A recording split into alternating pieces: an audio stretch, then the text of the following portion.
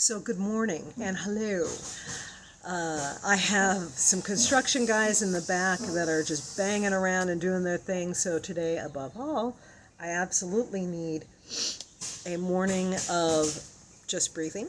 So we'll start off. Before I get to all the other stuff, I'm going to be cutting in and out. I'll be very technical today, very cinematic. No. So what we're going to do is what we always start with is we're just going to breathe, all right? So take a deep breath, 4 counts in, hold it, 4 counts back out, and we'll do that a couple times to start with, okay?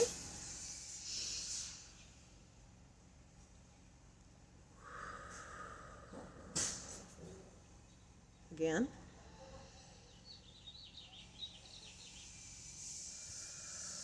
Let your shoulders drop, just pull everything, all your focus back into your body.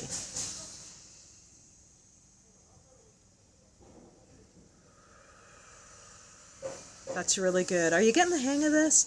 I hope you are, and I hope you're getting to do that during the day if you start getting a little stressed out and manic and upset. I hope you're getting to learn how to just take that moment for yourself, even just one breath like that. From your belly, and then fill up your lungs, and just let all your shoulders drop, and just get yourself centered in your body. All right. I'm going to get you over here, and we're going to see what I'm up to these days, huh? So you can see some of the stuff that I've been making finally.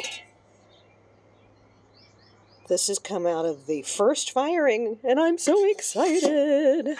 These are some of the things for the cast of Supernatural. And so the next thing for these particular guys is that I am going to be inlaying some what they call underglaze, because it goes under glaze. Can you imagine? So I'm doing all that.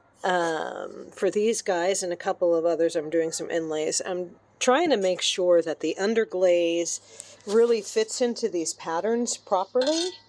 Did I show you that one? Isn't that cute? You just love it. I have another one here. That'll be for Mark Shepard. So underglaze, once you put it in a spot, wherever it is, it's very stable. It doesn't flow like regular glaze does. I love this. Just because I'm a child. I'm a 14-year-old kid in my head. So, yeah.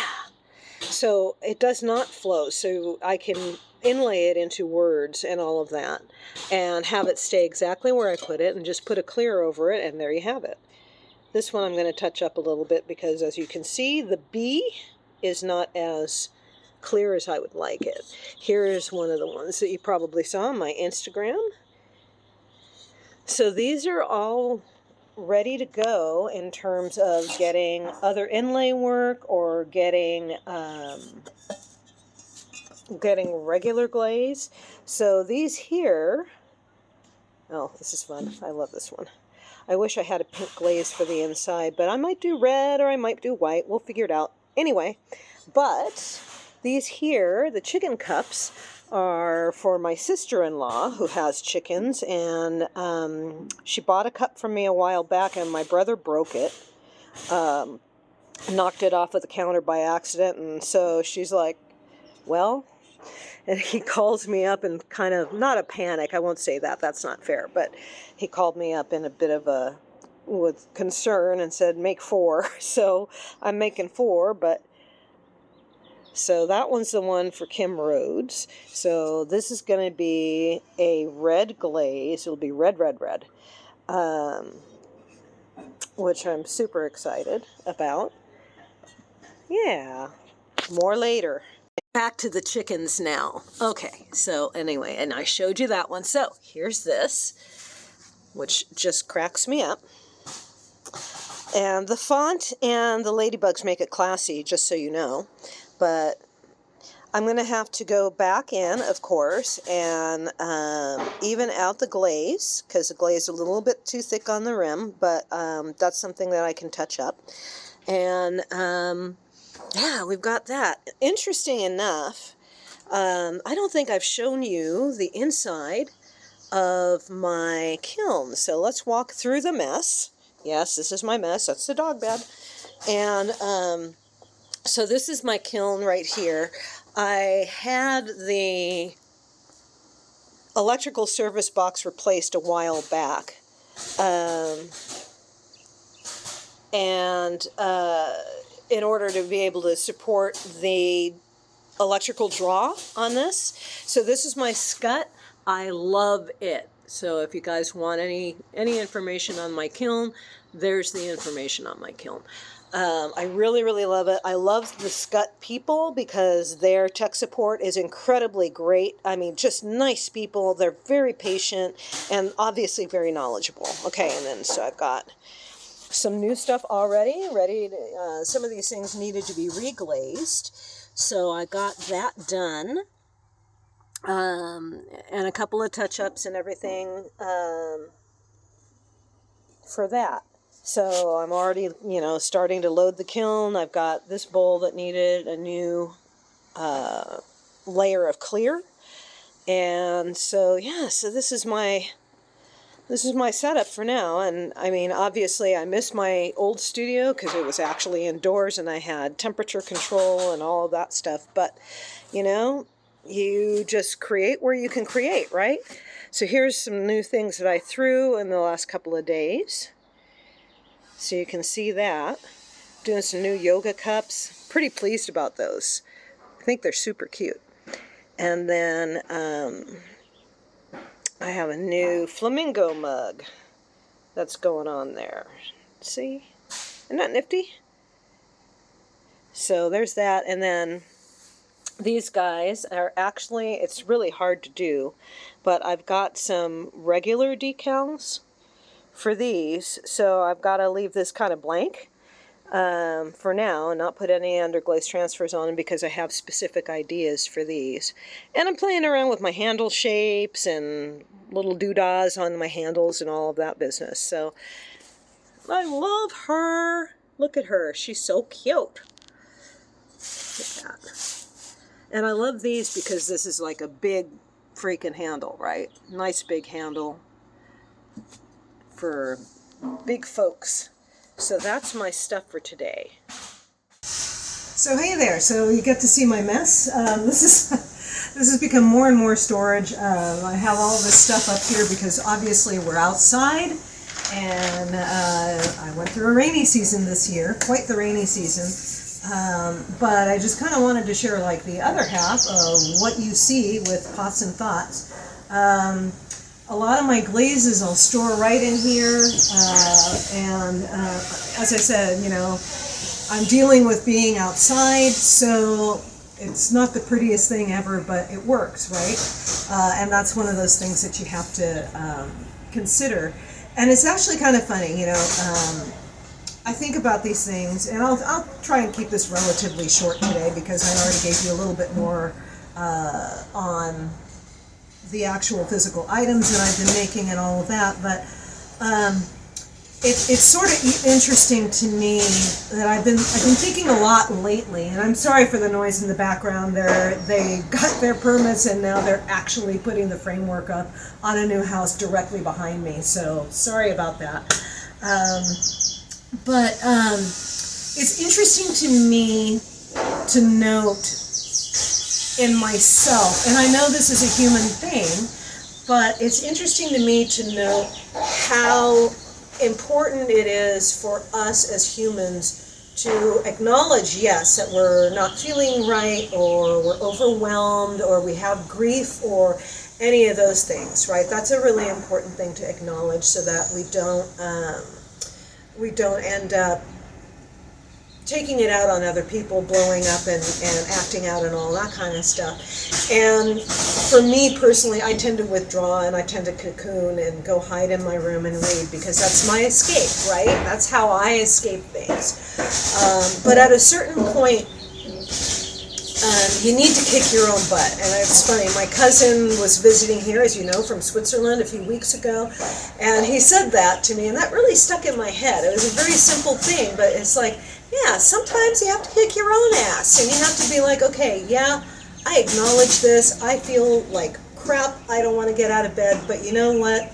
This is going to pass. And as a lot of people have said before me in far more intelligent ways, emotions are going to lie to you, right? If we live purely in our emotions, we're not going to necessarily have the best life, right? We're certainly not going to be necessarily productive if we spend all our time wallowing in depression, right? That we can't do that to ourselves. I mean, we can, but it's, you know what I mean. So when I talk about this, I very easily could have said, okay, well, when I got my divorce, that was something that took a lot of my time and my effort, unfortunately, because there are things you just have to deal with, right? You've got paperwork, you've got the emotional ups and downs that go along with that, you have to deal with attorneys, you have to deal with property division, all of these things, right? And boy, oh boy, was I depressed. But, and it was a total Jerry Springer divorce too. I mean, boy, if I could tell you, like, everything, you'd be like, holy cow. But in any case, I had not the most perfect studio, but I had a pretty decent setup, right? And I missed that setup, and I very easily could have said to myself, oh my God, oh, woe is me. I'm never going to have that setup again. And then I would have never started making my ceramics again. And that would be like cutting off my arm or something. So I had to take some time and save some money. And obviously I had to save for the electrical panel because this house that I'm living in was built in 1941. And if I'm not mistaken, it was the original electrical panel, which is in no way able to handle the kind of electrical load that running a kiln takes, Plus I upgraded some other electrical stuff out here so I'd have some more electrical outlets and all that. So for me right now, I've created this myself. I worked hard. I worked hard to get my first studio set up. Of course, it was a little easier for me then because there were two incomes and all of that. But this time, I've done this myself. And my dad has been very gracious to allow me to do this because he's a total compulsive neat freak guy. And pottery and sculpture is naturally a messy endeavor. You get clay all over the place, there's glaze splatter and all that. And as you can see, like right now, because I'm in a glaze phase, it's messy. It just is. But I've rebuilt this because I took the time to kick my own ass and say, okay, yes, you're depressed. Yes, you're right to be depressed. Anybody would be depressed and hurt and all of those things. And yes, you're grieving. But come on, let's build something that you can look forward to. And that's one of the things I want to urge people to do is like, yeah, is this ideal for me? No, of course it's not. I mean, ideal for me would be, winning the lottery and being able to buy a commercial property where I could learn how to run a gas kiln, which, that would be like the best thing ever. But you know what? I live in Los Angeles and I don't have like $8 or $10 million lying around just to, buy a commercial property. So you know what? I'm going to make do with what I got. Obviously, when you see what has come out of this kiln, I'm doing all right. And I got to look at that as a blessing. I'm very lucky that I landed where I did, and I'm learning how to kick my own ass again.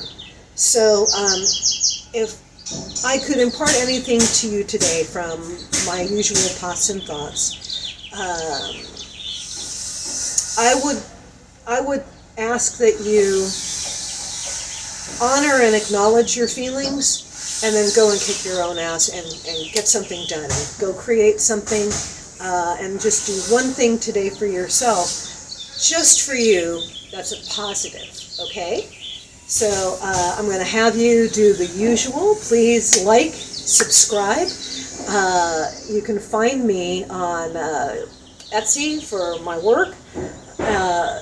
You can find me on Patreon. You can find me on Tumblr. I have a blog, shellhawksnest.blogspot.com or / I don't remember. You'll figure it out. Shellhawks Nest. And let's see, what else? What else do I have? It's all the things. Just look at all the things. I will have a link tree down in the description and all of that. But also just remember, above all, take a minute and just breathe. And let go of all of that tension and have yourself a wonderful, wonderful day. All right? Just breathe. Take care. Mwah. Bye.